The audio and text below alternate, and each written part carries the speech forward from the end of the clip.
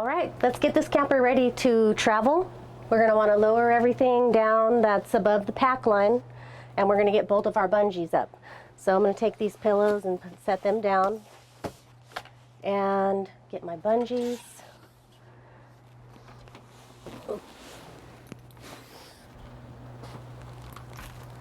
And then I'm going to pull down on the pull bar. Unsnap that. This stays on top of the bungee. Just bring that down, just like that. This is its resting position. Now let's do the rear. Let's get the rear up. Bungee up. And then I'm going to undo this button snap. Let that strap go. Pull down on the knob. And just lower yourself. And then you're going to do this barrel lock here. And that's it, it's down. So once you've lowered the camper, you're going to want to do the latches. Each of our campers is 6 latches. We have got 2 on the front, 2 on the back, and then 1 on the driver's side and 1 on the passenger side. Looking along this trim here, I'm looking for any of the vinyl that's sticking out, and I'm actually seeing some right here.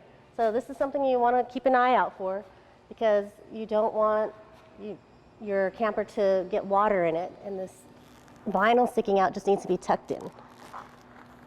And then you can go ahead and proceed to do your latches. On this particular model, there's 6 latches. There's 2 on the back here. Let's get the other one here. Vinyl looks good, no vinyl is sticking out, so I'm going to go ahead and do this latch here. This is a 2-part latch system. There's some adjustment there. So these latches are a 2-part system.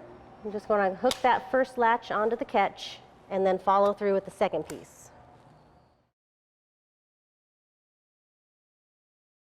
All right, so now that the roof is down, let's close the door. We're going to have to undo the latch catch, which is spring-loaded. So you're going to want to push up on this bar and then push down on that catch at the same time.